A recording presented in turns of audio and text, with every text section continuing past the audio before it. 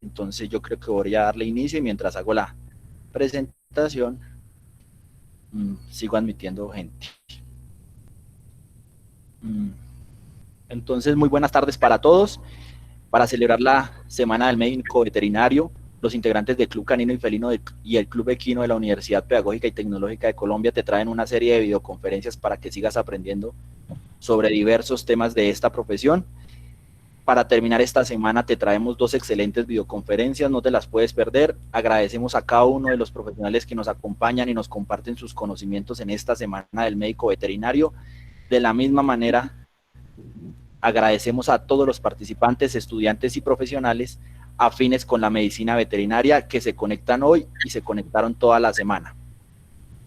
También queremos recordarles que hoy a las 5 de la tarde hablaremos sobre el abordaje del paciente en urgencias por el doctor Daniel Ibatá Aristizábal.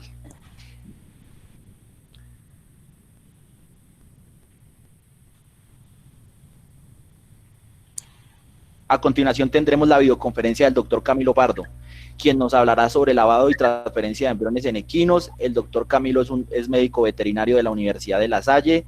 Su práctica profesional se realizó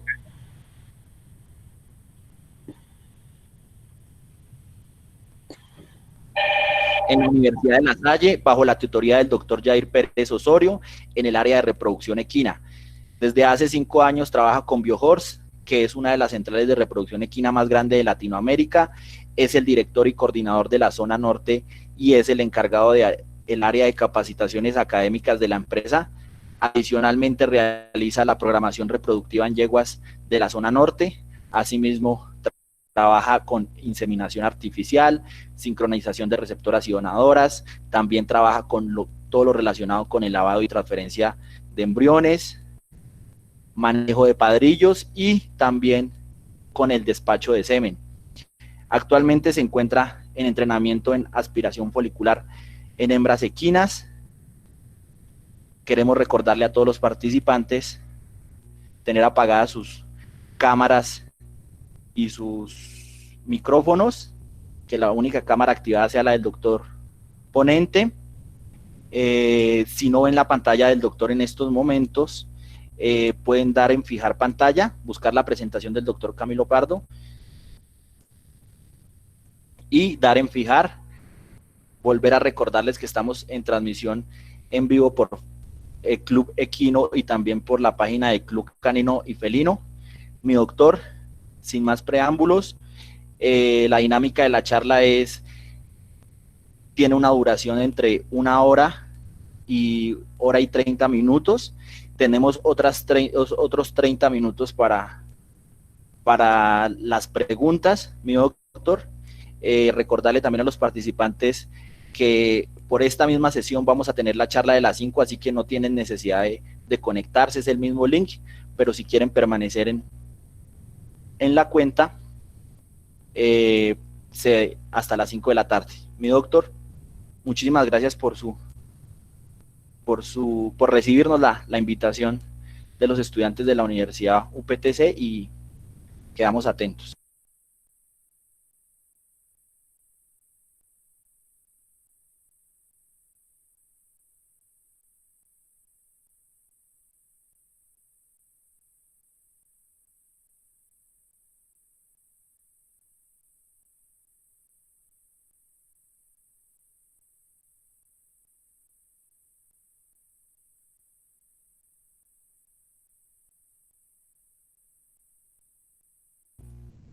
Mi doctor, creo que te toca activar el micrófono. No sé si me escuchas, porque no veo muy bien tu imagen tampoco.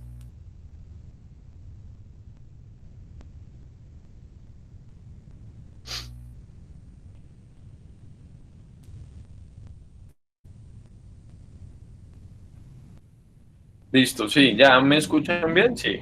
Perfecto, doctor, se escucha perfecto. Listo, perfecto. Bueno, entonces ya les comparto nuevamente la presentación. Bueno, entonces les comentaba, pues muy agradecido con ustedes por la invitación. Para mí es un gusto estar con ustedes esta tarde compartiendo un poco de conocimiento.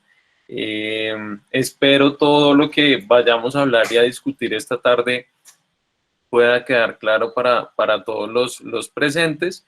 El tema que yo les quiero comentar, que quiero abordar el día de hoy, es sobre transferencia de embriones en equinos.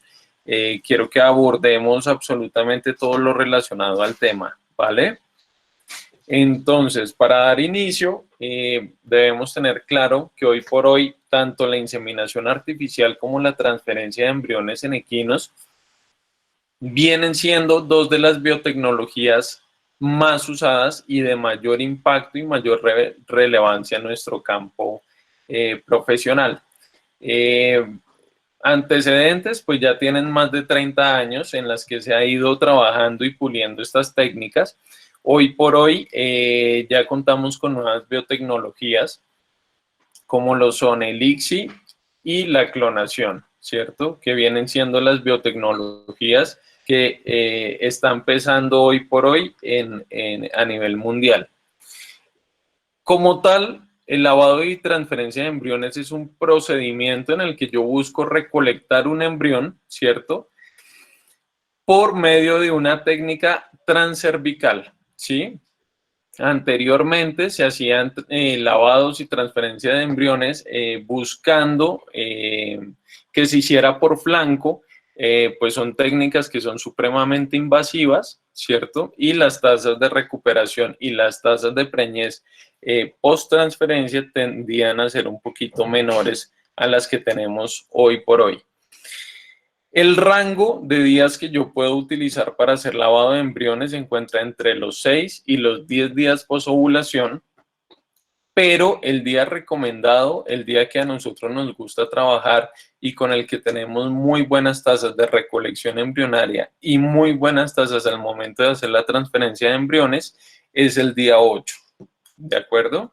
Ya vamos a ir discutiendo poco a poco el porqué de los días.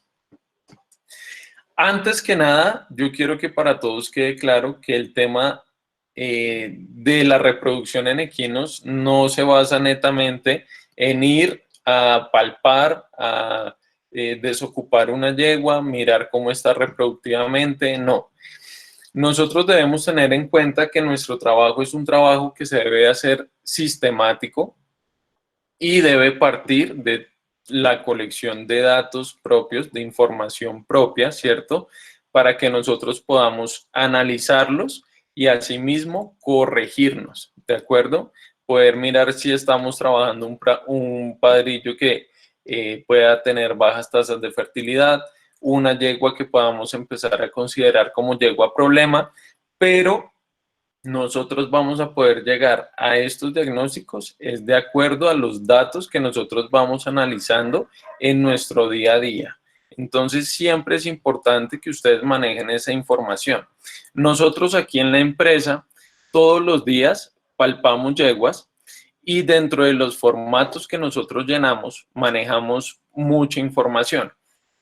Para resumirles, básicamente lo que nosotros llenamos de información al final del día es que llenamos propietario, ¿cierto? De la yegua o el aras que nosotros fuimos a hacer el chequeo reproductivo, nombre de la yegua, ¿cierto? Los hallazgos a nivel reproductivo, eso que involucra el hallazgo que encontramos en cervix, en útero, en ovarios y tenemos las observaciones, ¿sí? En observaciones nosotros colocamos todos los procedimientos que nosotros manejamos, sea si hicimos inseminación artificial, si hicimos lavado o transferencia de embrión o si hicimos algún tipo de manejo terapéutico al animal, ¿de acuerdo?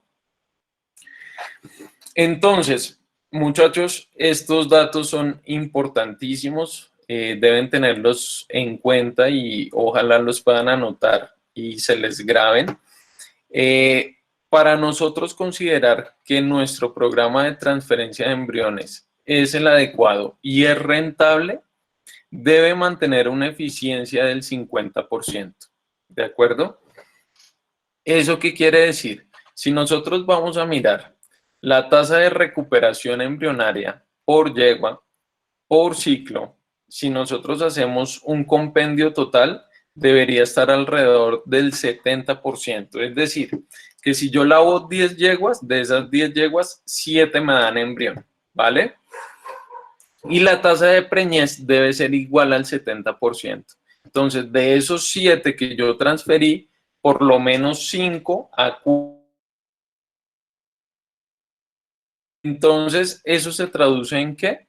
En que yo, para poder tener un embrión pegado, debo hacer por lo menos 2 lavados de embrión. ¿De acuerdo?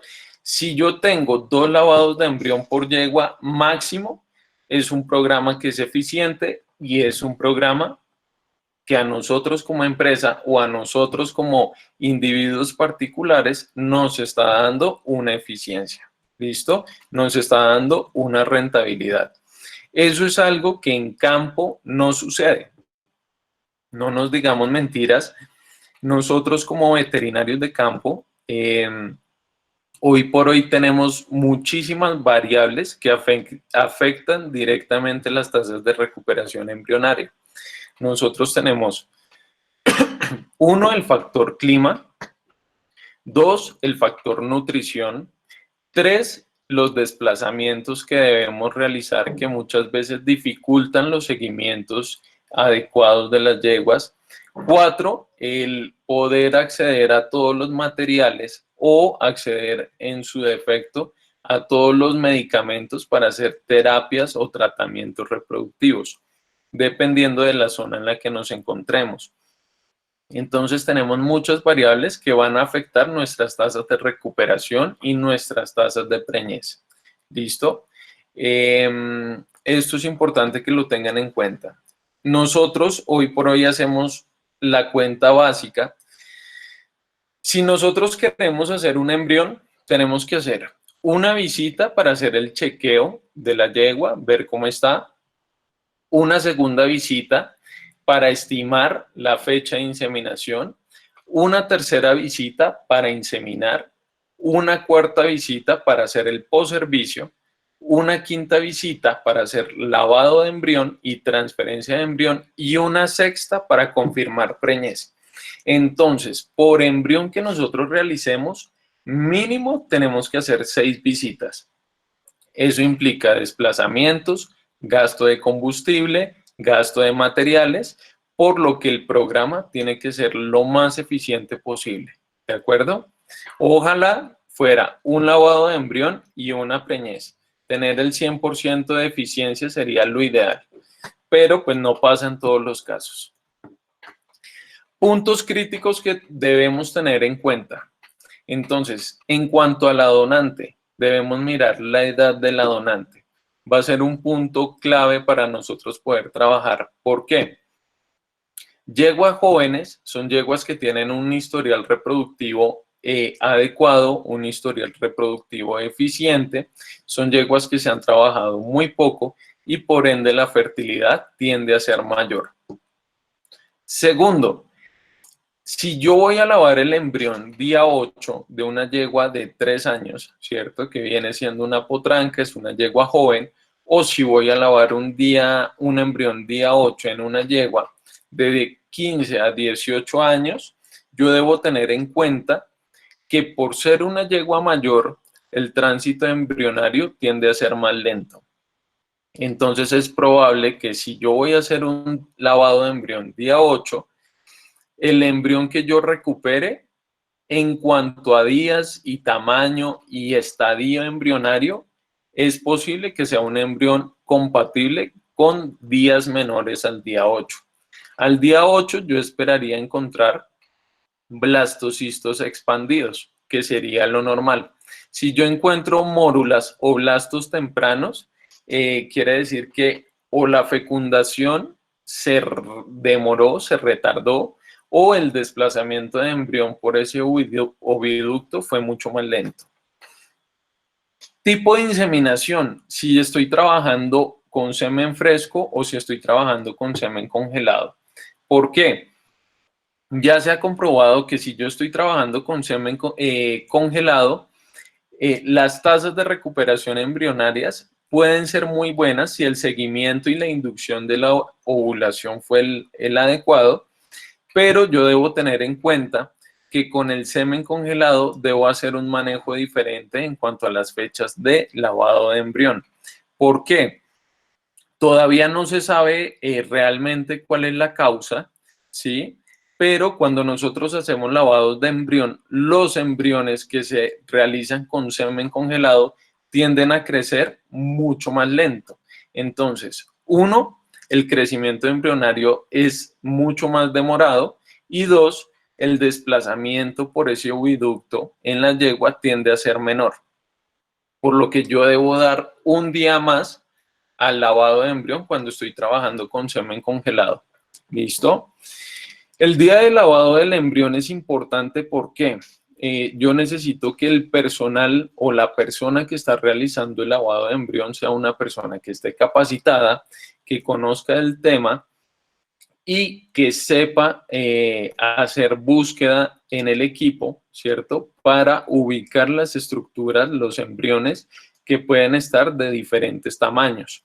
Entonces, si yo voy a hacer un lavado de un embrión día 6, que muy probablemente va a estar en estadio de mórula, si el personal no es capaz de reconocer esa estructura, es muy probable que coja y bote mi caja de Petri, ¿sí?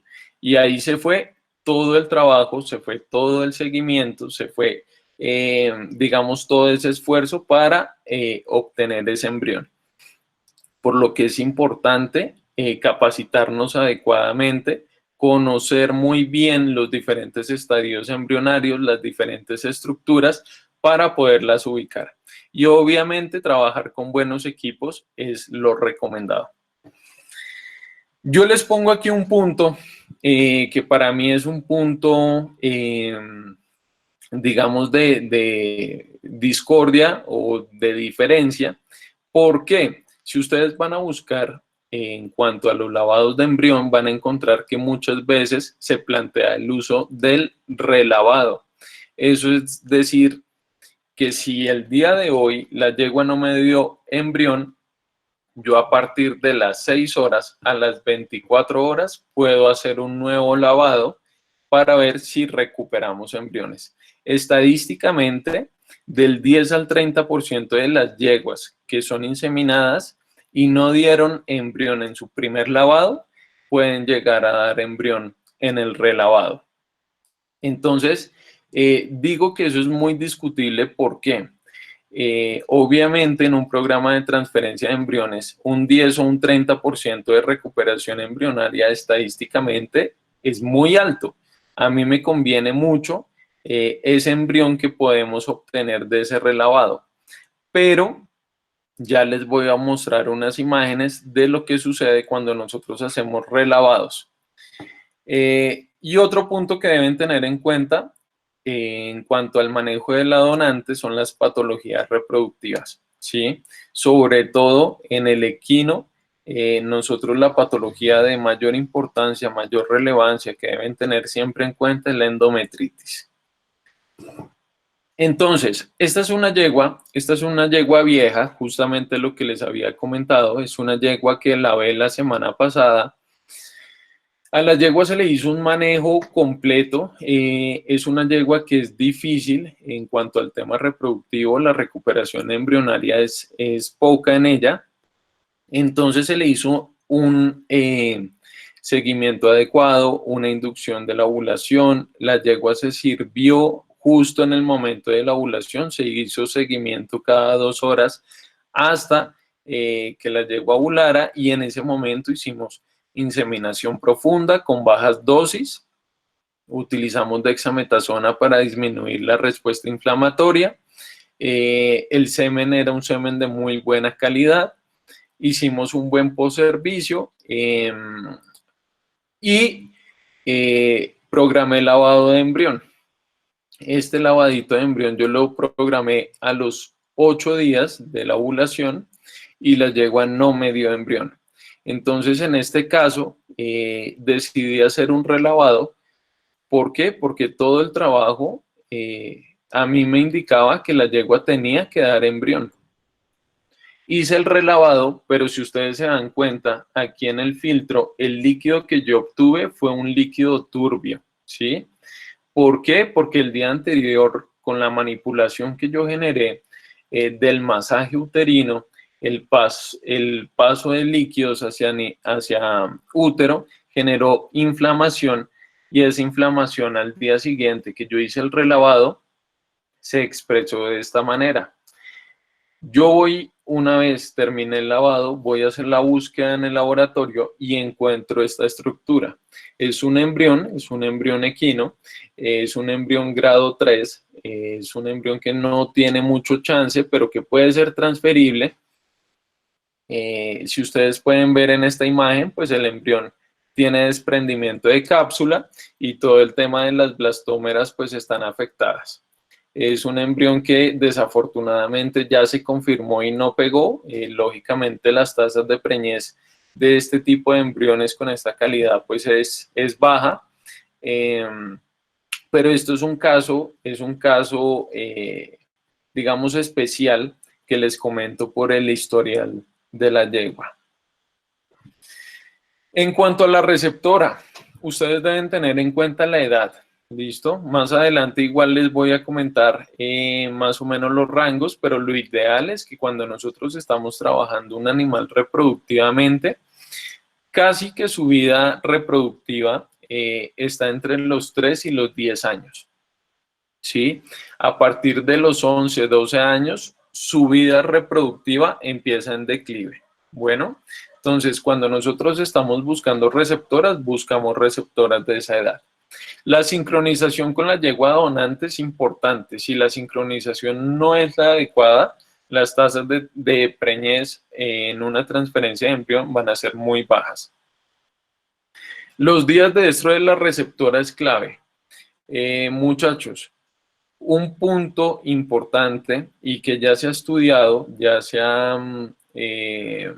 tenemos resultados, es que los días que la yegua muestra estrogenización uterina, entre más días la yegua pueda mantener esa estrogenización uterina, mejor se va a dar la señalización a nivel uterino para que se dé un reconocimiento materno de la gestación eficiente. Entonces, si yo tengo yeguas que me hicieron un celo donde el edema no pasó de edema 1, es muy probable que las tasas de preñez en esas receptoras sean bajas. Y en cuanto a las donantes, las tasas de recuperación embrionaria tienden a ser menores. ¿Listo? Estos son algunos artículos que les coloqué aquí para que por favor busquen, investiguen. Son artículos que están muy relacionados con las tasas de transferencia embrionaria, los éxitos al momento de la transferencia y los parámetros y digamos los aspectos que están involucrados y que tienen importancia en un programa de transferencia de embriones, para que por favor todos los puedan buscar y los puedan leer.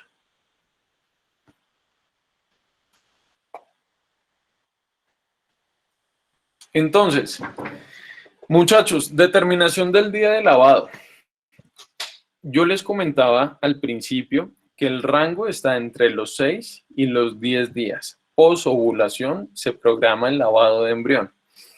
Día 6 pasa que yo necesito tener una persona que sepa buscar en las mórulas, y día 9 no me voy al día 10 porque el día 10 ya es un día muy exagerado, los embriones ya son de un tamaño exacerbado y muchos de ellos ni siquiera pasan por la sonda. Nosotros manejamos dos tipos de sondas, Bioniche y Foley, y no alcanzan a pasar por el diámetro del embrión. Entonces, este embrión que ustedes están viendo aquí en la imagen es un embrión día 9. Entre más grande el embrión, mucho más delicado es en todo el procesamiento. Entonces, este es un embrión que muy seguramente con el masaje uterino pudo tener algún grado de lesión. Este es un embrión que se transfirió, él sí tuvo éxito y ahorita tenemos la receptora confirmada de esta preñez, pero pues es algo que no debería pasar. Cuando nosotros vamos a hacer el lavado de embrión, además de eso, debemos determinar el estado uterino previo al lavado. Entonces, nosotros evaluamos el tono de cervix, de útero, ecotextura, siempre se tiene que hacer ecografía, tenemos que evaluar si ese útero tiene presencia de líquidos o si tiene presencia de aire, ¿cierto? ¿Qué pasa? Si yo encuentro una yegua que voy a hacer o tengo programada para hacer lavado de embrión y al momento de hacer el chequeo reproductivo yo encuentro que la yegua presenta fluidos, que es una alteración, no deberían estar presentes en una yegua en diestro, ya es un indicativo de un proceso inflamatorio, de una endometritis uterina, y muy seguramente si yo voy a hacer el lavado de embrión, el material que yo puedo estar recogiendo puede ser purulento y puedo estar contaminando mi sistema de trabajo, ¿sí? Obviamente ese proceso inflamatorio no va a ser compatible con la vida y la supervivencia embrionaria, y muy probablemente en un lavado que nosotros realicemos en una yegua así, muy probablemente en la mayoría de los casos, no digo que en todos porque hemos tenido casos especiales, pero en la mayoría de los casos no vamos a tener recuperación embrionaria, ¿cierto? Y sí vamos a contaminar todo nuestro sistema de trabajo. Igual, siempre debemos tener una higiene total, completa. Debemos trabajar siempre pensando que el útero de la yegua mantiene un ambiente en teoría estéril y asimismo nosotros debemos conservarlo. Además de eso, debemos tener en cuenta el medio que vamos a utilizar para el lavado de embrión, qué tipo de medio es, qué pH maneja, qué osmolaridad tiene, la esterilidad del medio, ¿cierto? El tipo de conservación y si presenta o no toxinas para el embrión. ¿Listo? Si hay elementos extraños, en muchos casos me he encontrado que a lo que empatan el Ringer lactato con el sistema de 2 vías, muchos de estos sistemas están quebrados y al lactato alcanzan a caer pedacitos de plástico y así mismo se hace el lavado de embrión y obviamente es un riesgo tanto para la yegua porque estoy dejando cuerpos extraños o para el embrión en caso de que llegue a encontrarse con un cuerpo extraño. Materiales de lavado, entonces, ¿qué tipo de sonda estoy manejando? ¿Qué tipo de circuito? Los conectores y el tipo de filtro que nosotros manejemos, ya eso es dependiente de cada profesional, dependiendo de su comodidad para el trabajo. Y el ambiente de lavado. Muchachos, en teoría, nosotros en Colombia, yo creo que somos de los países que maneja un sistema ambulante en cuanto al tema de la reproducción equina, y nosotros muchos de los lavados, muchos de los procesamientos de embriones los vamos a hacer en las mismas fincas. Entonces, porque estemos en la finca no quiere decir que no busquemos un sitio que esté adecuado, con poca luz, que esté limpio. Ojalá nosotros podamos de todas maneras tratar de limpiarlo y desinfectar en lo posible las superficies. Ojalá que cuando nosotros estemos haciendo la manipulación del embrión usemos tapabocas, usemos guantes, porque cualquier tipo de contaminación puede generar bajas tasas de preñez en mi programa de transferencia de embrión. ¿Listo? Y el operador, pues ya les he comentado sobre este tema. En cuanto al transporte del embrión, entonces generalmente el filtro se debe cubrir porque al igual que el semen, el embrión es fotosensible. Entonces, a mayor cantidad de luz, el embrión se puede ver perjudicado. Hay que protegerlo muy bien, digamos, de esas variables tanto térmicas como lumínicas que podamos encontrar en el ambiente. Y el equipamiento. Nosotros debemos procurar trabajar con los equipos de la mejor calidad que nos permita una búsqueda adecuada de ese embrión y poder procesarlo de la forma más eficiente. Muchachos, todos los materiales, ojalá que ustedes manejen para el lavado y transferencia de embriones, en lo posible que sean desechables, que sean materiales que ustedes usaron una vez y una vez se perdió la esterilidad porque ustedes lo usaron, los puedan descartar. Sería lo ideal para evitar cualquier tipo de contaminación cruzada y pues mantener buenas tasas de preñez. El tiempo de procesamiento. Entre nosotros más rápido podamos procesar el embrión y entre más rápido ese embrión pueda ser transferido y pueda estar en un ambiente uterino adecuado para su supervivencia, mejores van a ser las tasas de preñez. ¿Listo? Siempre debemos tener en cuenta las características del efluente. Eso es el líquido que nosotros recuperamos una vez pasamos el lactato. Ver si es un lavado turbio o si por el contrario es un lavado completamente limpio con muy buena celularidad, donde probablemente podamos encontrar el embrión. Y en cuanto a las características propias del embrión, tenemos que mirar el estado de desarrollo, ¿cierto? El tamaño de ese embrión, porque de acuerdo a eso nosotros debemos mirar en qué tipo de pajilla o qué tipo de manejo podemos darle a ese embrión para no irlo a lesionar. Las características morfológicas, eso básicamente a eso me refiero con los grados de integridad.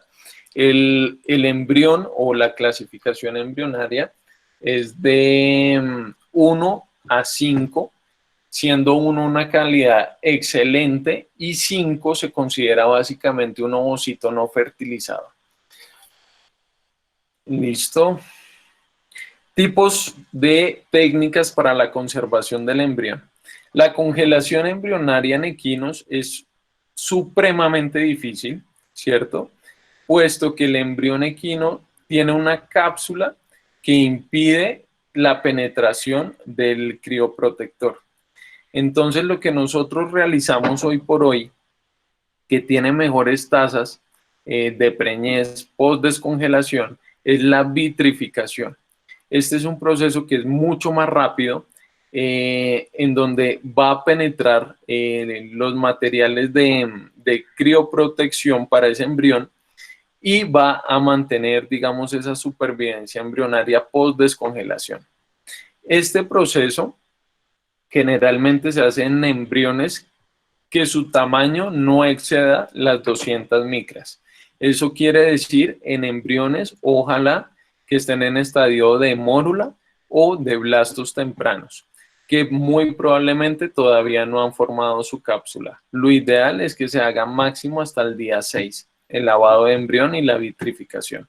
A partir del día 7 es posible que encontremos embriones con cápsula. En cuanto a la transferencia de embriones, pues importantísimo la persona que lo realiza. Este es un proceso que es extremadamente delicado y si nosotros manipulamos mucho el tracto reproductivo de la yegua, cada manipulación que nosotros generemos va a liberar prostaglandina F2-alfa, haciendo que se lise el cuerpo lúteo y favoreciendo una nueva onda de reclutamiento folicular.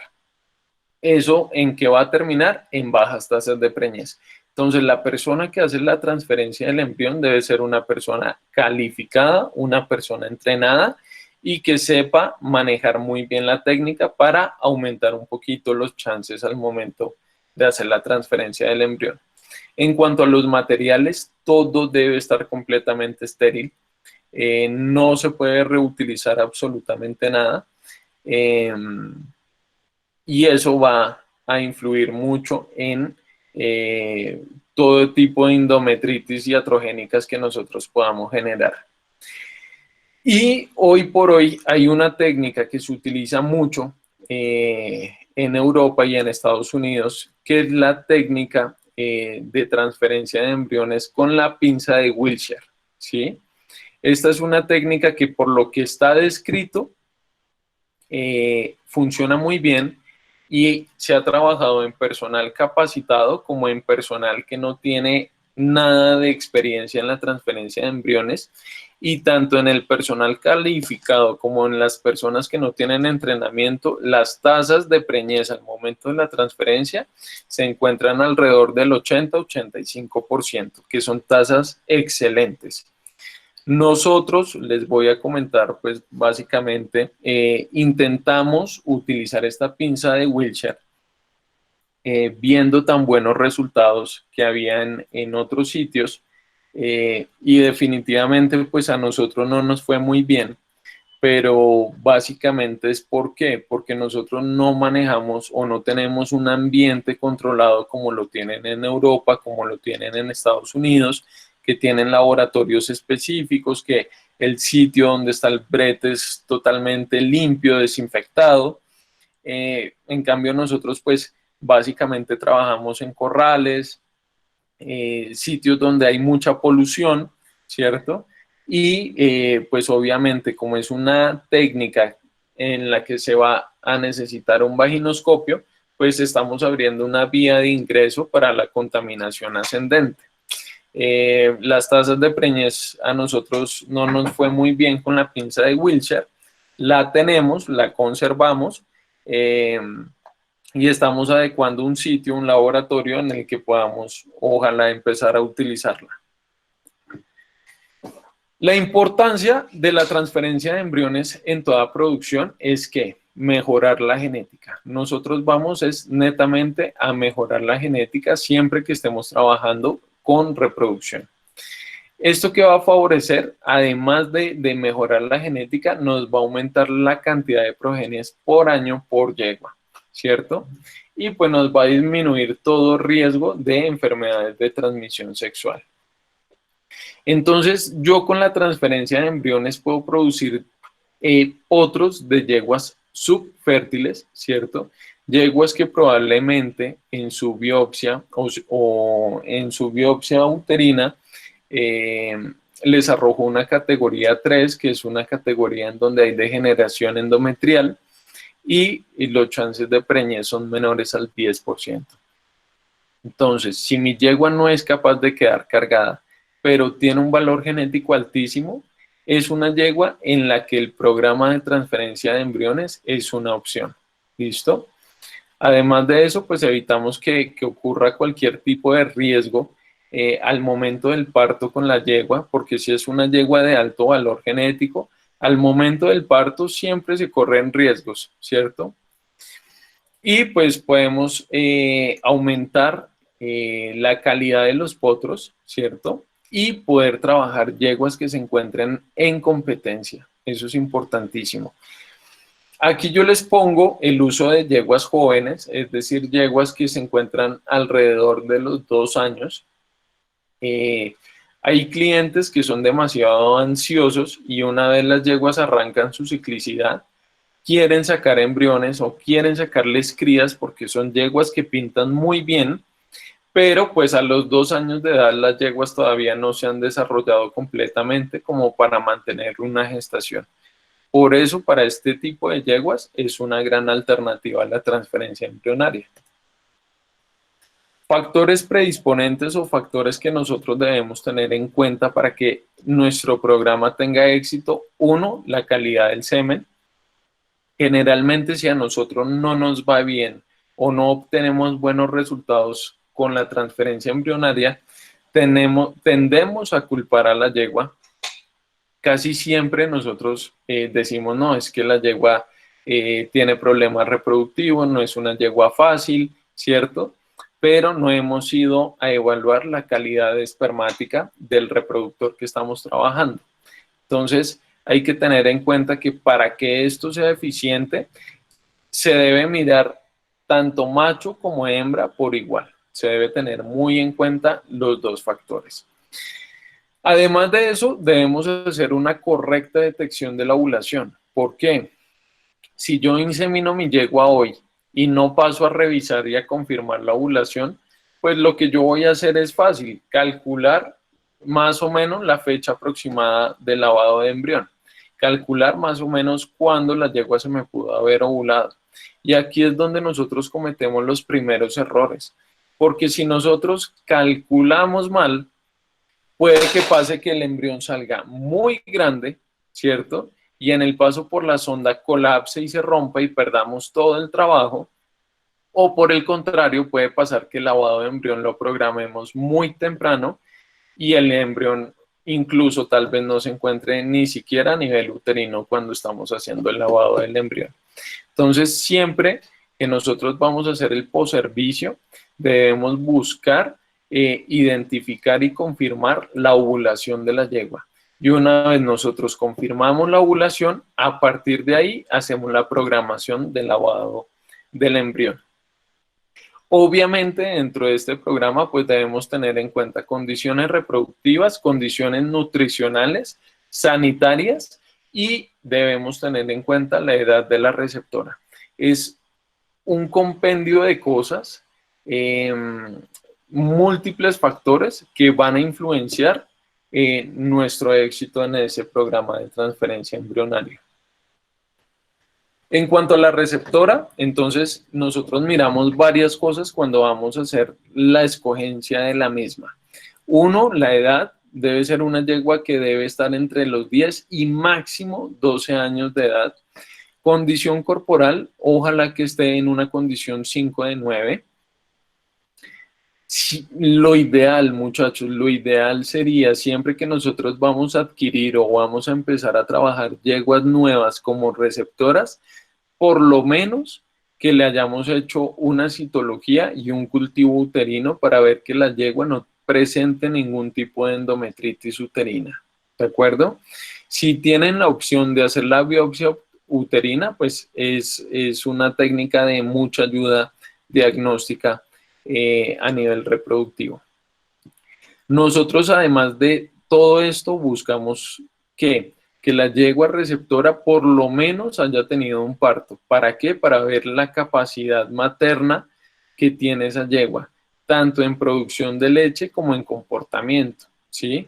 Hay que tener en cuenta que el producto que esa yegua va a gestar es un producto de altísimo valor genético y que dependiendo de la receptora se pueden expresar o no los genes del producto.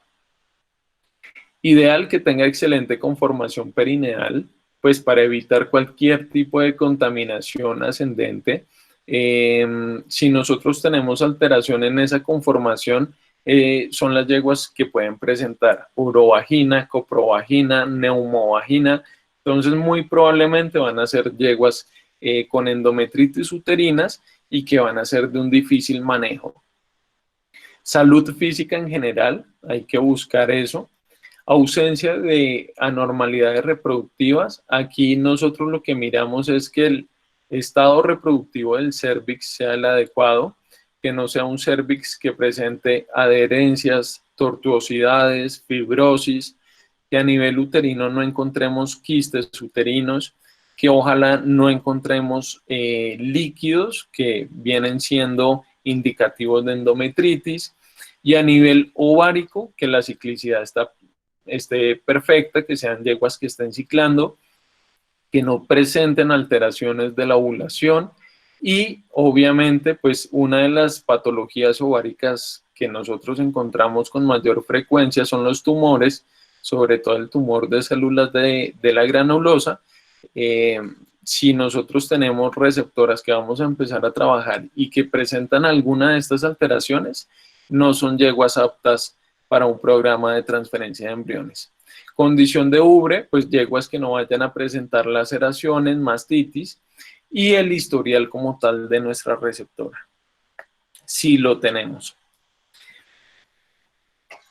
Esto es un punto que yo creo que es el más importante. Todo lo que hemos visto es clave para nosotros tener éxito en un programa de transferencia de embriones, pero la sincronía que yo tenga con mi donante y mi receptora, de eso va a depender la tasa de preñez en mi aras o en mi finca. Entonces, la sincronía debe ser perfecta. Lo que yo busco en cuanto a sincronía, cuando estoy en un programa de transferencia de embriones, es que mi yegua receptora se ovule entre 1 y 3 días después a la donante. Ese sería el tiempo ideal para yo poder trabajar una receptora y que tenga óptimas condiciones uterinas al momento de la transferencia, y por ende tengamos éxito y podamos confirmar preñeces. Lo ideal, muchachos, sería que en cada programa de transferencia de embriones, por lo menos por cada hembra donante, nosotros estemos manejando 3 receptoras. Con eso vamos a tener varias opciones al momento de hacer la transferencia embrionaria. Eso es algo que no va a pasar. Ustedes van a llegar a las fincas y su cliente les va a decir, tengo una yegua donante y tengo una receptora. Mire cómo las trabaja, mire cómo las sincroniza, pero no hay más opción. Entonces, lo ideal sería que manejemos al menos 3. Pero si no tenemos esa opción, tenemos que hacer una muy buena sincronía, un muy buen trabajo de sincronización. ¿Cómo lo hacemos nosotros acá en la empresa? Ustedes van a ver muchos protocolos de sincronización donante y receptora, pero básicamente nosotros lo que trabajamos es prostaglandina F2 alfa y deslorelin. Con estas dos hormonas lo que nosotros buscamos es acelerar el celo de alguna de las yeguas, dependiendo del estadio reproductivo en el que encontremos tanto a la donante como a la receptora, de tal forma que pues podamos buscar que nuestra receptora se ovule en el rango que les comenté anteriormente. Y aquí les menciono el uso de progesterona exógena y estrógenos exógenos. Este es un protocolo que nosotros utilizamos en yeguas en anestro, yeguas que no están ciclando. Entonces, ¿cómo nosotros manejamos este protocolo? El día de ovulación de mi yegua donante, yo cojo a la yegua receptora que está en anestro y le coloco de 5 a 10 miligramos de estrógenos intramuscular, ¿cierto? Y al día siguiente, a las 24 horas de haber colocado los estrógenos, llego a la finca a revisar que la yegua haya realizado buena estrogenización uterina. ¿Eso qué quiere decir? Que haya hecho edema uterino. Si mi yegua receptora hizo edema uterino, puedo a las 48 horas de la postura de esos estrógenos colocar la primera dosis de progesterona. Esa dosis se coloca la dosis es de 1200 a 1500 miligramos en dosis total, utilizando progesterona americana, que esa viene en aceite de sésamo, y su disponibilidad en el organismo dura muchísimo más. Entonces es una aplicación que nosotros hacemos una vez cada 8 días. Y si se confirmó la preñez, habría que mantener esa gestación hasta los 3 a 4 meses de gestación. ¿Listo? Muchachos, si alguno tiene dudas, porfa las vamos anotando, las tenemos en el radar para que al final de la presentación las podamos discutir. Estas son las dosis que nosotros manejaríamos. Básicamente aquí yo les coloco los 2 inductores de ovulación que trabajamos en el país. Uno es el deslorelin y la otra es la gonadotropina coriónica humana. Es el mismo Chorulom, es el mismo Fertivet, que es lo que se trabaja para inducir ovulación en yeguas. Si nosotros miramos los rangos de ovulación de las yeguas, tanto con deslorelin como con la gonadotropina coriónica humana son más o menos similares. Las yeguas responden más o menos igual. Digamos que la diferencia en tiempos es muy poca y los 2 inductores funcionan muy bien. En cuanto a la prostaglandina, por favor, tengan muy en cuenta este cuadro. Este cuadro es clave. Si ustedes planean colocar prostaglandina para acelerar o a la donante o a la receptora, deben tener en cuenta los diámetros foliculares al momento de la postura de la prostaglandina. Si ustedes colocan la prostaglandina en yeguas que tienen folículos menores o iguales a 15 milímetros, la yegua puede tardar entre 10 y 12 días en entrar en celo. Esto es importante para que ustedes lo tengan en cuenta en sus cuentas de sincronía, dependiendo de cómo esté tanto donante como receptora. ¿Listo? Y aquí nosotros encontramos un cuadro donde el día de lavado lo programan en día 7, pero siempre se busca que lo ideal es que la receptora que nosotros estemos trabajando esté entre 1 y 3 días ovulada después que la donante. ¿Listo? nosotros podríamos llegar a trabajar receptoras ovuladas máximo un día antes que nuestra donante. Sería, digamos, el rango máximo aceptado.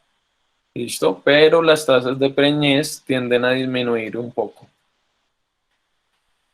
Los materiales que utilizamos, nosotros manejamos una sonda Bioniche, ¿cierto? Este filtro, que es un filtro EMCO, es un filtro que tiene una micromalla de acero inoxidable en la parte de abajo. A nosotros nos gusta trabajarlo por el tipo de vacío que nosotros generamos en el filtro. Como nosotros trabajamos, es un filtro que no toca estar abriendo y cerrando para que no se vaya a desocupar. Entonces, si estamos trabajando solos en campo, no necesitaríamos de una persona que esté pendiente de este filtro. Y este vendría siendo el circuito de 2 vías.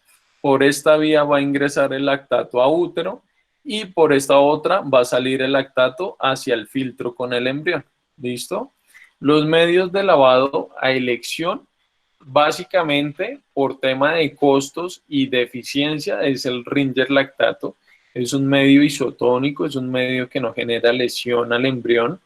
Lo ideal, muchachos, es si ustedes van a hacer lavado de embrión, es que el Ringer lactato ojalá estuviera a temperatura de 37 grados. Si ustedes no tienen forma de medir que la temperatura de ese lactato esté a 37, lo ideal sería usarlo a temperatura ambiental, a como esté la temperatura ambiente de ese momento. Estereoscopio es el equipo más importante para la búsqueda del embrión. Cajas de Petri, ojalá con campos de búsqueda previamente marcados. Jeringa de insulina para que nosotros podamos empatar las pajillas con las que vamos a trabajar. Holding, que va a ser el medio de mantenimiento del embrión del momento en el que sale al momento en el que nosotros vamos a transferir. Y estos son unos tapones para las pajillas. Dependiendo del diámetro, uno usa o la cara interna o la cara externa del tapón. Bueno, entonces, básicamente, muchachos, el embrión desciende a útero a partir del día 5, ¿sí? Pero lo que les comentaba, deben tener en cuenta que ese tránsito embrionario puede tardar. Entonces, por lo menos hay que empezar a programar los lavados de embrión a partir del día 6. Lo ideal, ténganlo en cuenta siempre, es el día 8, es como a nosotros nos gusta trabajar, porque son embriones que ya nosotros podemos ver rápido en el filtro y ir a procesar lo más pronto posible. Entonces, básicamente aquí yo les resumo qué es lo que nosotros hacemos cuando vamos a hacer el lavado de embrión. Llegamos, hacemos la palpación, la ecografía de la yegua, hacemos todo el chequeo y desocupamos la ampolla rectal. Posterior a eso, hacemos lavado de toda la zona del períneo para bajar la carga de contaminantes. Ese lavado, muchachos, tienen varias formas de hacerlo. Pueden hacerlo por medio de un embrocado quirúrgico, pero ojo con esto, no pueden quedar excesos de yodo ni alcohol porque son sustancias irritantes que si llegan a tener contacto con alguna de las superficies y sobre todo sea con el semen o sea con el embrión, van a tener efectos graves sobre estas células. Entonces, si van a manejar esto, hay que retirar muy bien todos los residuos de estas sustancias. Sino utilizar jabones que no sean astringentes con un pH neutro que pueda generar descontaminación de esa zona y no nos vaya a generar algún tipo de daño a las células, sean espermatozoides o sea el embrión. Una vez nosotros hicimos toda la limpieza de la región del períneo y alistamos todo nuestro circuito para hacer el lavado de embrión, introducimos el catéter, ¿cierto? Todo el material tiene que estar estéril. Una vez introducimos la sonda por cervix, la sonda en la punta tiene un balón, ese lo inflamos para que el balón se fije y no permita que se salga el líquido, ni permita que se vaya a salir la sonda, ¿listo? Llenamos el útero se llena generalmente con 1 litro de lactato. Nosotros hacemos 3 lavados, en cada lavado pasamos 1 litro de lactato, hacemos masaje, ¿sí? Hacemos masaje por vía rectal de ese útero, hacemos masaje en cuerpo de útero, en cuernos, ¿cierto? Y una vez nosotros estamos seguros que todo el masaje se realizó en todo el tracto reproductivo, abrimos la vía que va hacia el filtro para recuperar todo el contenido que haya a nivel uterino. Ese contenido pues va a caer al filtro y una vez nosotros tengamos el embrión en el filtro, pasamos a nuestra caja de Petri que tenga previamente sus guías y hacemos visualización en el estereoscopio. ¿Listo? Básicamente esta imagen resume lo que les estaba comentando. Tenemos una vía de ingreso hacia útero y una vía de salida. Estos son los tamaños embrionarios que nosotros vamos a encontrar dependiendo del día en el que nosotros programemos el lavado de embrión. El embrión es una célula que crece extremadamente rápido, entonces en horas ese embrión puede crecer muchísimo. Si ustedes se pasaron del día de lavado, la diferencia en tamaños de lo que ustedes esperaban encontrar a lo que les va a salir es exagerada. Para que por favor con esto sean muy rigurosos, sean muy juiciosos y tengan muy en cuenta siempre el día de la ovulación de la donante. ¿Listo?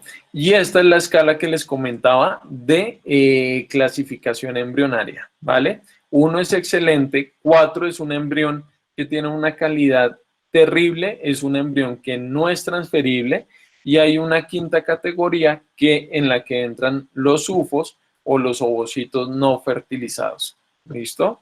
Que son estructuras que podemos encontrar en algunos lavados de embrión. Pero ojo, siempre que ustedes encuentren un ovocito no fertilizado, busquen muy bien porque es muy probable que tengan embrión en la caja de Petri. ¿Por qué? A lo que el embrión desciende por el oviducto, es posible que arrastre ovocitos no fertilizados de celos anteriores. Entonces, si encontramos un ovocito, por favor, busquen muy bien porque es muy probable que tengan embrión. Aquí vamos a ver un poquito sobre la morfología embrionaria. Si nosotros miramos aquí en la imagen que está hacia la izquierda, superior izquierda, vamos a encontrar un ovocito no fertilizado acompañado de una mórula. ¿Listo? ¿Cómo podemos diferenciar entre un ovocito no fertilizado y una mórula? Básicamente, el ovocito no fertilizado nosotros lo conocemos como platillo o lenteja. Cuando nosotros queremos manipularlo o desplazarlo o darle la vuelta, nos damos cuenta que la célula es completamente plana. ¿Listo? En cambio, la mórula, siempre que nosotros la vayamos a procesar, la mórula va a ser redonda todo el tiempo, no va a perder su forma. ¿Listo? De esa forma vamos a diferenciar las dos estructuras que en muchos casos se pueden ver muy similares. Aquí tenemos una mórula, ¿cierto? Entonces, si nosotros miramos el contenido celular, las blastómeras tienden a ser un poquito diferentes que en un ovocito no fertilizado, pero cuando estamos mirando en equipos que no tienen una muy buena óptica, podemos llegar a confundir muy fácilmente esas dos estructuras y si nosotros no lo sabemos diferenciar y tenemos un embrión, y nosotros lo desechamos pensando que es un ovocito no fertilizado, pues ya saben ustedes todo el trabajo que perdimos por no conocer las estructuras. En la segunda imagen encontramos un blastocisto expandido, ¿cierto? Que ya básicamente son los embriones día 8 que vamos a encontrar en un lavado de embrión. ¿Listo? Aquí les muestro embriones normales, embriones sin ningún tipo de alteración y embriones con alteraciones en su morfoestructura. ¿De acuerdo? Entonces, nosotros una vez recuperamos el embrión, lo pasamos a la caja de Petri La idea es que nosotros lavemos siempre muy bien el filtro, tanto la tapa como las paredes y el piso, porque los embriones, dependiendo del tamaño, se pueden adherir a las superficies.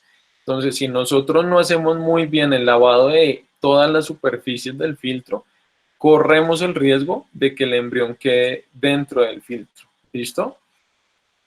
Una vez lo ubicamos y lo tenemos ya listo, lo succionamos con una pajilla y previamente nosotros tenemos listas unas gotas para el lavado del embrión.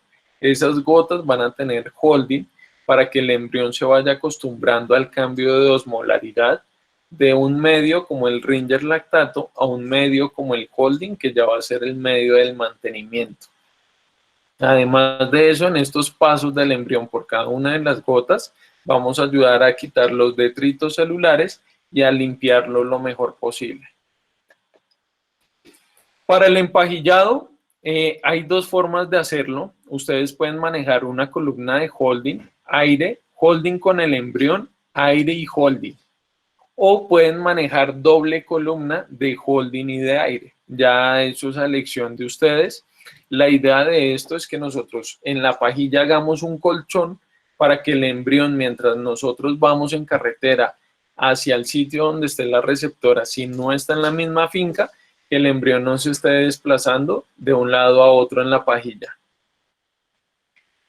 ¿Listo? Entonces, cuando nosotros vamos a mirar la receptora ya para hacer la transferencia del embrión, ¿qué revisamos? Uno, que el día de ovulación de la receptora vaya de acuerdo a la ovulación de la donante. Es importantísimo. ¿Listo? Que el día de ovulación de nuestra receptora ojalá esté relacionado con el tamaño del embrión. El embrión, entre más similitud tenga con el estado uterino de su donante al tracto reproductivo de la receptora, mejores tasas de preñez va a tener. Y siempre pues tenemos que buscar que las receptoras por lo menos conserven, digamos, una diferencia de tamaño del 10% con respecto a la donante. Que la diferencia entre una y otra no vaya a ser significativa. Que no vayamos a sacar un embrión de una yegua belga, una yegua percherona y se lo pongamos a una criolla colombiana, ¿sí? Al momento de hacer la transferencia, pues tenemos que evaluar el estado reproductivo de la receptora. Debemos mirar el tono de ese cérvix, el tono del útero. Obviamente se debe hacer ecografía. La receptora no debe tener líquidos, no debe tener aire, no debe tener edema. Y el tamaño y la conformación del cuerpo lúteo, muchos colegas lo tienen en cuenta, ¿sí? En teoría, desde que haya cuerpo lúteo, así sea un cuerpo lúteo cavitario, un cuerpo lúteo trabeculado, un cuerpo lúteo compacto, un cuerpo lúteo grande, uno pequeño, la cantidad de progesterona sanguínea es la misma, ¿sí? Pero pues todos, al momento de escoger una receptora, siempre vamos a buscar la receptora que tenga el mejor cuerpo lúteo. ¿Esto por qué se los digo? Yo puedo llegar a transferir, tengo dos receptoras, tengo una que tiene el cérvix cerrado, un útero perfecto, un tono uterino adecuado y voy a mirar el cuerpo lúteo y lo veo pequeño. Ya me genera desconfianza. Y paso a mirar la otra receptora y tiene el cérvix semiabierto, tiene un poquitico de edema, pero llego a ver el ovario de la yegua y tiene un cuerpo lúteo gigante, divino, pues la gente tiende a transferir en esa yegua, aunque la anterior tenía mejores condiciones uterinas. Ese es el primer error, porque pues si yo tengo una receptora que tiene condiciones uterinas óptimas y mucho mejores que la otra opción, así tenga mejor cuerpo lúteo, esa receptora tiene mejores chances de preñar. Entonces, el cuerpo lúteo no es un, digamos, no dice que la receptora sea la adecuada. Entonces, para que por favor lo tengan en cuenta.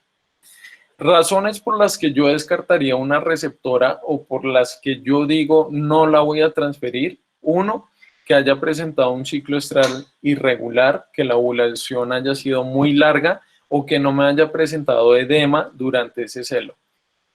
2, que la ovulación haya sido 2 días antes que la donante, ya se sale del tiempo aceptado. 3, que la receptora al momento de hacerle la ecografía presente fluido, ¿cierto? Intrauterino. Y aquí yo les coloco el cuerpo lúteo pequeño por lo que les había comentado. Eso es como para hacer un pit stop o un alto, pero ya saben que el cuerpo lúteo no tiene nada que ver. Y 4, bajo tono del tracto reproductivo. Si mi yegua presenta alguna de estas alteraciones, alguna de estas irregularidades, es una receptora que no debo tener muy en cuenta para hacer una transferencia embrionaria.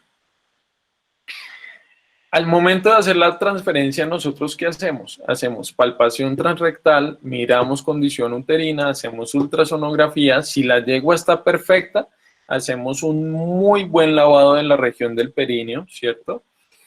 Alistamos nuestra pistola con el embrión previamente empajillado, ¿cierto? Esa pistola generalmente tiene unas fundas, unas camisas sanitarias para proteger la punta de la pistola de toda la contaminación que pueda haber en vagina y que entre a útero lo más estéril posible. Entonces, una vez la punta de la pistola entró a cervix, nosotros rompemos la camisa sanitaria para que la pistola sola entre hacia tracto reproductivo, hacia útero y podamos depositar el embrión. Nosotros posicionamos la pistola donde nos quede más fácil. Si la pistola llegó a cuerpo de útero, ahí ponemos el embrión. Si nuestra pistola logró llegar hacia la base del cuerno donde está el cuerpo lúteo, ahí colocamos el embrión. ¿Sí? La idea es que nosotros manipulemos lo menos posible para que la liberación de prostaglandina sea baja y tengamos mejores chances de preñar. Al momento de la transferencia, ¿qué medicación podemos utilizar? Tenemos varias opciones. Podemos utilizar flunixin meglumine, ¿cierto? O podemos usar dexametasona. La idea de estos fármacos es que disminuir la respuesta inflamatoria en tracto reproductivo por la manipulación que nosotros generamos y de esta forma evitar la liberación de la prostaglandina F2-alfa o por lo menos disminuirla. En cuanto a la progesterona, pues lo que nosotros hacemos es colocarla para mejorar esas condiciones uterinas y que el embrión encuentre un mejor ambiente al momento de la transferencia. Hay varios estudios ahorita en Brasil donde se han utilizado la aplicación de gonadotropina coriónica humana 3 días desde el momento de la ovulación hasta 3 días después para ver si tiene algún efecto sobre el cuerpo lúteo y sobre las tasas de preñez. Y en algunos casos pues se recomienda utilizar antibiótico. Generalmente cuando nosotros estamos trabajando transferencia de embriones, pero no de embriones convencionales, sino hechos por clonación, utilizamos el protocolo completo. Utilizamos dexametasona, progesterona y antibiótico al momento de hacer la transferencia embrionaria. Lo que nosotros buscamos siempre es esto, tener eficiencia reproductiva, ¿sí? En este caso es una yegua que se inseminó hace 15 días con semen congelado, ¿sí? Es una yegua de salto de altísimo valor genético y el semen es un semen alemán de un caballo muy importante. Obtuvimos 2 embriones y afortunadamente la semana pasada pudimos confirmar las 2 vesículas embrionarias. Esto sería lo ideal. Listo, muchachos, muchísimas gracias. Esa era la presentación. Vale, Doc, muchísimas gracias por esa excelente presentación. Si estás de acuerdo, yo voy a procederte a leer las preguntas que se hicieron vía Facebook. Sí, perfecto. Vale, entonces, la primera pregunta es, ¿qué es más importante para el proceso de lavado? ¿El día posovulación de la donadora o de la receptora? Ambos son importantes. Tener en cuenta tanto la ovulación de la donante como la ovulación de la receptora son claves para que todo salga bien en el protocolo. ¿Por qué? En cuanto a la donante, tener claro el día de la ovulación te va a permitir a ti poder programar el día de lavado del embrión. Y en cuanto a la receptora, los días de ovulación con respecto a la donante, tenerlos claros son importantes porque vas a saber al momento de la transferencia exactamente en qué día a nivel uterino se encuentra la receptora y qué probabilidades tendría esta misma de mantener la gestación, ¿sí? Entonces, ambas ovulaciones son súper importantes tenerlas en cuenta. Vale, Doc, muchas gracias. La siguiente pregunta es, ¿el relavado se hace porque se intuye que el embrión no ha descendido o porque el lavado no fue el adecuado? Básicamente, tú haces un relavado porque tú hiciste todo bien. Si tú hiciste todo bien, habrías esperado que el embrión saliera en el primer lavado. Si no salió, puede ser, uno, porque es una yegua vieja, ¿cierto? Que puede demorar su tránsito uterino. El embrión puede demorar el tránsito uterino en yeguas viejas y puede ser recomendado hacer un relavado, ¿sí?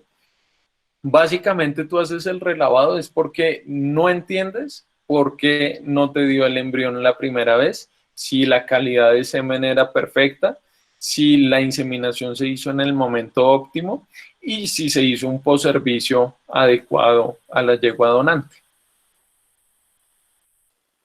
Vale, Doc, muchas gracias. La siguiente pregunta es, ¿hasta cuánto tiempo se puede demorar uno para inseminar una yegua que ya se ovuló? Bueno, esa es una muy buena pregunta. Ustedes deben tener en cuenta que el ovocito del equino, de la yegua, se ovula en metafase 2. Eso es decir, que es un ovocito que está listo para ser fecundado. Por ende, el tiempo que tiene ese ovocito es menor al que podría tener un bovino, ¿sí?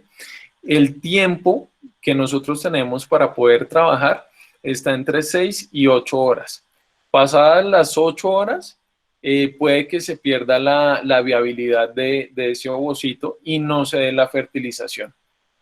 Entonces, si mi yegua donante se me ovuló, yo tengo máximo hasta 3, incluso me atrevería a decir que 4 horas para poder hacer la inseminación, ¿sí? Esto teniendo en cuenta que la inseminación se debería hacer con semen lo más cerca a la ampolla o al, digamos, la unión uterotubárica, para que disminuya el tiempo que demore el tránsito de los espermatozoides desde el cuerpo del útero hasta el sitio donde se va a dar la fecundación, ¿sí? Porque si yo insemino 3 horas después de que la yegua se me ovuló, más el tiempo que va a demorar los espermatozoides en llegar a la ámpula para hacer la fertilización, es muy probable que lleguen en el límite de tiempo de la viabilidad de ese ovocito y puede ser que no sean capaces de fertilizar. Entonces, máximo yo diría que 3 horas después de la ovulación. Vale, Doc, muchas gracias. La siguiente pregunta es, ¿qué antibiótico de elección para aplicar el día de la transferencia de embriones? Bueno, generalmente cuando estamos haciendo transferencia de embriones y colocamos el antibiótico es como medida profiláctica, entonces no son yeguas que presenten ningún tipo de alteración o patología o endometritis, simplemente es como medida profiláctica para evitar que si nosotros hicimos o arrastramos contaminación hacia útero, esta prolifere, entonces podemos utilizar fármacos o antibióticos de primera línea como la penicilina, no habría ningún inconveniente. Perfecto, Doc. La siguiente pregunta es, ¿con cuántos ml de lactato se realiza el lavado de una potranca y de una yegua de 20 años? Bueno, eso cambia, eso varía. Entonces, la potranca obviamente pues no tiene la misma distensión o la misma, digamos que capacidad uterina. Entonces, en una potranca tú vas evaluando la cantidad de líquido y vas mirando qué tan distendido está el útero. Pero generalmente en potrancas uno trata de usar 500 ml, ¿listo? Y en yeguas viejas pues puede ser una yegua de 20 años que nunca ha parido. Entonces, el tracto reproductivo de ella es pequeño y se puede trabajar con 1 litro. Como puede ser una yegua multípara, ¿cierto? Que tiene ese útero mucho más distendido y podría llegar a hacerse un lavado de embrión con hasta 2 litros máximo. Es con lo que yo realizaría un lavado de embrión. Vale, Doc, muchas gracias. La siguiente pregunta es, en yeguas jóvenes que ingresan al programa y que no se puede recuperar el embrión, ¿recomiendas hacerles relavado? En yeguas jóvenes yo trataría de no hacerles relavado, porque tú estás generando inflamación, estás generando de todas maneras con el lavado de embrión, aunque tú tratas de ser lo más aséptico posible, tener las precauciones pertinentes, de todas maneras estás abriendo vías de ingreso hacia tracto reproductivo y favoreciendo algo de contaminación uterina. Entonces yo trataría de no manipular tanto el tracto reproductivo de una potranca, esperaría más bien el celo siguiente para poderla trabajar. Perfecto, Doc, gracias. La siguiente pregunta es, en yeguas inseminadas con semen fresco para lavado de embriones, ¿cada cuánto se debe revisar para verificar la ovulación? Bueno, generalmente cada 24 horas más o menos. Es decir, si yo el día de hoy inseminé a la yegua, paso al día siguiente a hacerle el posservicio, revisar si ya se ovuló. Si no se ha ovulado, paso al día siguiente, ¿sí? Digamos que no es tan riguroso el seguimiento cuando es con semen fresco. Obviamente ustedes deben tener en cuenta en qué momento pusieron el inductor de la ovulación, ¿sí? ¿Por qué? Si yo el día de hoy insemino la yegua, pero yo le coloqué el inductor ayer a las 8 de la mañana, lo más probable es que la yegua que estoy inseminando hoy se esté ovulando entre las 8 de la noche de hoy y la medianoche. ¿Por qué? La mayoría de los inductores de ovulación tienen un rango de acción de entre 24 a 48 horas, pero el promedio de efectividad, el promedio en el que ellas terminan ovulando está sobre las 36 horas. Entonces deberían tener en cuenta el momento en el que pusieron el deslorelín para más o menos estimar la ovulación de la.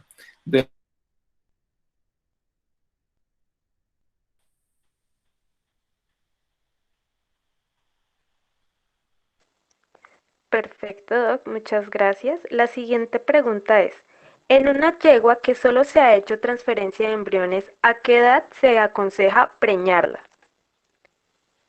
Bueno, no, realmente en cualquier momento.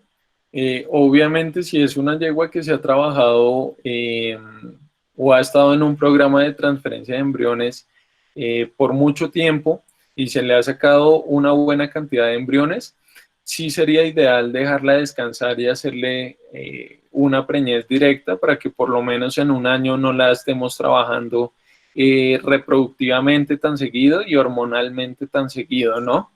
Entonces, la edad pues varía, desde que la yegua sea fértil, puedes trabajarla y puedes preñarla en cualquier momento. Vale, Doc. Voy a proceder con las preguntas que se hicieron directamente en el Meet. ¿Listo? Doc, ¿qué opinas de administrar a mi receptora P4 un día antes de transferir y así mejorar por 24 horas antes de transferir las condiciones del útero? Bueno, esa es buena pregunta, se puede hacer perfectamente. Lo ideal, obviamente, es si tú quieres mejorar las condiciones, casi siempre es porque los días de ovulación de tu receptora no fueron los adecuados o porque si tú llegaste a hacer un chequeo de la receptora, encontraste que la condición uterina no es la mejor y no tienes más opciones, tratarías de colocar progesterona. Funcionaría muy bien porque ella a partir de la postura tiene un efecto desde los 90 minutos en adelante, ya empieza a haber, digamos que efectos en tracto reproductivo. Entonces, colocarla un día antes te podría ayudar a mejorar las condiciones uterinas para el momento de la transferencia del embrión. Podría ser. Ya tendrías que evaluar es la condición uterina y ver también los días de ovulación. Vale, Doc, muchas gracias. La siguiente pregunta es, ¿qué recomienda en yeguas donantes y receptoras con baja estrogenización uterina? Bueno, yo en teoría, si la yegua está ciclando, procuro no colocar ni estrógenos ni progesterona fuera de lo normal, porque puede alterar un poquito la ciclicidad o la regularidad de las yeguas.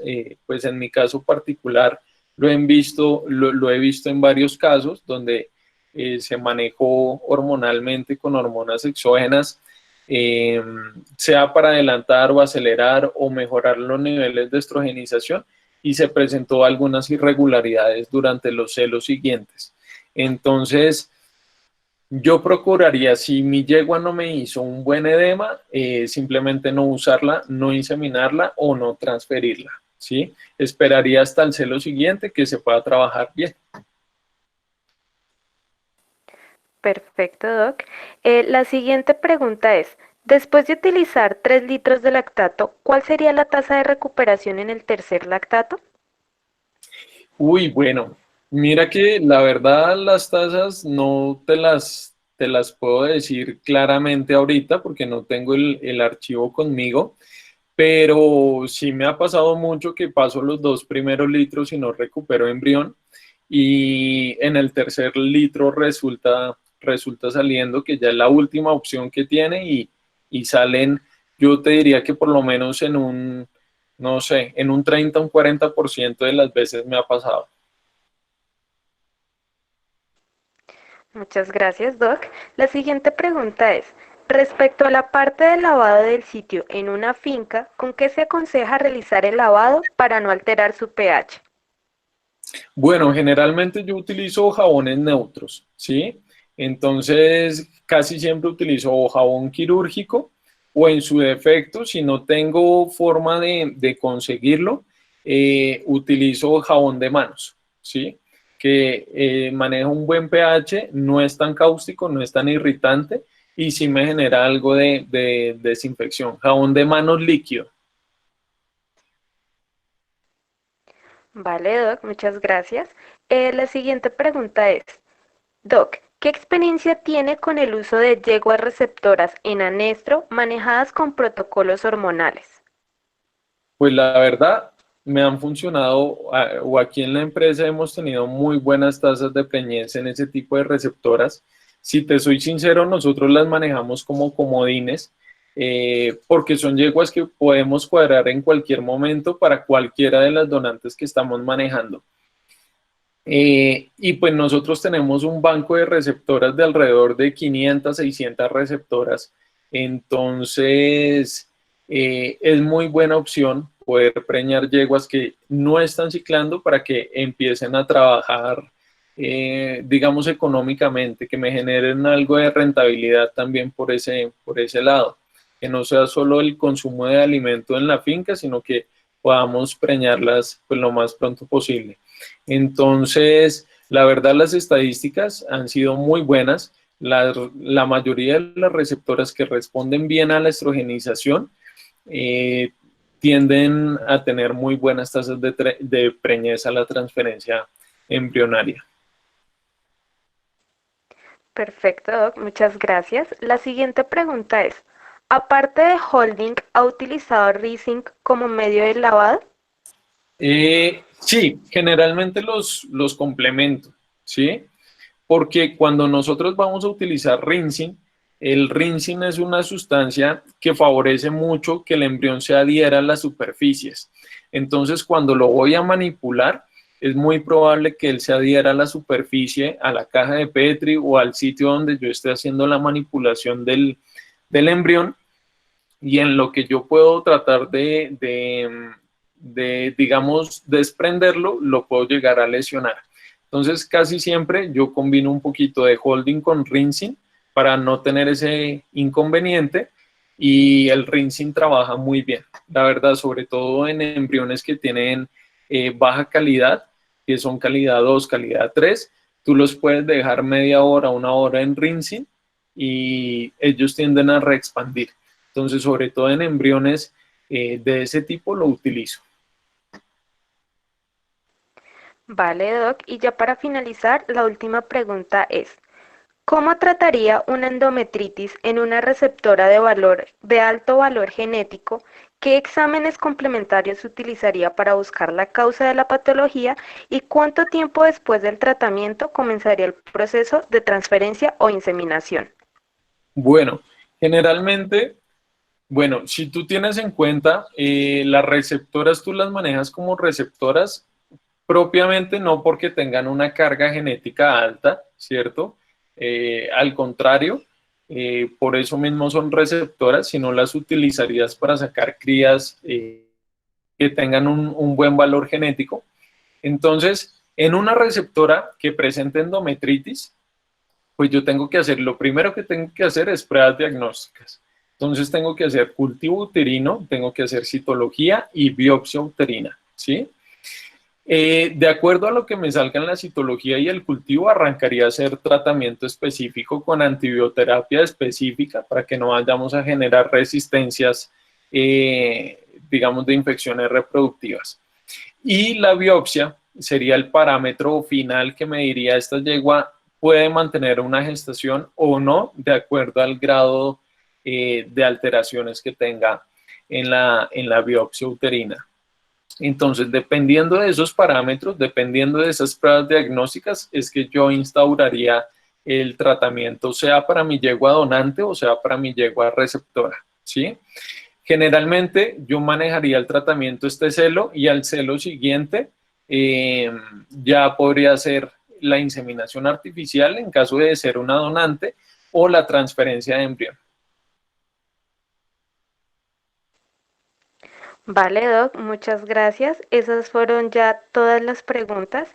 Entonces, ya para finalizar, el Club Canino y el Club Canino y Felino y el Club Equino de la UPTC quieren hacerte entrega de un reconocimiento al doctor Camilo Pardo por su participación como ponente en el seminario virtual con el tema lavado y transferencia de embriones en equinos a cargo de nuestro presidente del Club Canino y Felino, Cristian Camargo, y de nuestro presidente del Club Equino, Luis Alvarado. Muchas gracias, Doc, por esa excelente charla. No, a ustedes muchísimas gracias por la invitación. Espero que la charla pues haya servido para aprender cosas nuevas y para aclarar dudas que tengamos y en los casos que ya manejen el tema pues para refrescar un poco digamos que todos los conceptos. Espero les haya gustado y muchísimas gracias a todos por la invitación. Sí, mi doctor, creo que se cumplió el objetivo de hoy. La charla me parece que estuvo muy completa, que creo que lo que habíamos hablado con el doctor era que como la gran parte de los participantes eran estudiantes de la universidad, que tuviera todos los aspectos básicos, pero también hubo una parte demasiado técnica y específica que creo que también nos favoreció. Vi conectado al doctor Andrés Sanabria, al doctor Juan David Aguirre, al doctor Sebastián Lizarazo, a varios veterinarios, entonces yo creo que para nosotros también fue bastante importante también y nos gustó mucho la charla, mi doctor. No, pues me alegra que les haya servido. Realmente yo traté de hacer la charla pues muy básica, pensando sobre todo en los muchachos que poco conocen del tema y que están arrancando a entrar en el área de la reproducción en equinos. Entonces, pues espero para todos haya sido de utilidad la charla que comentamos el día de hoy.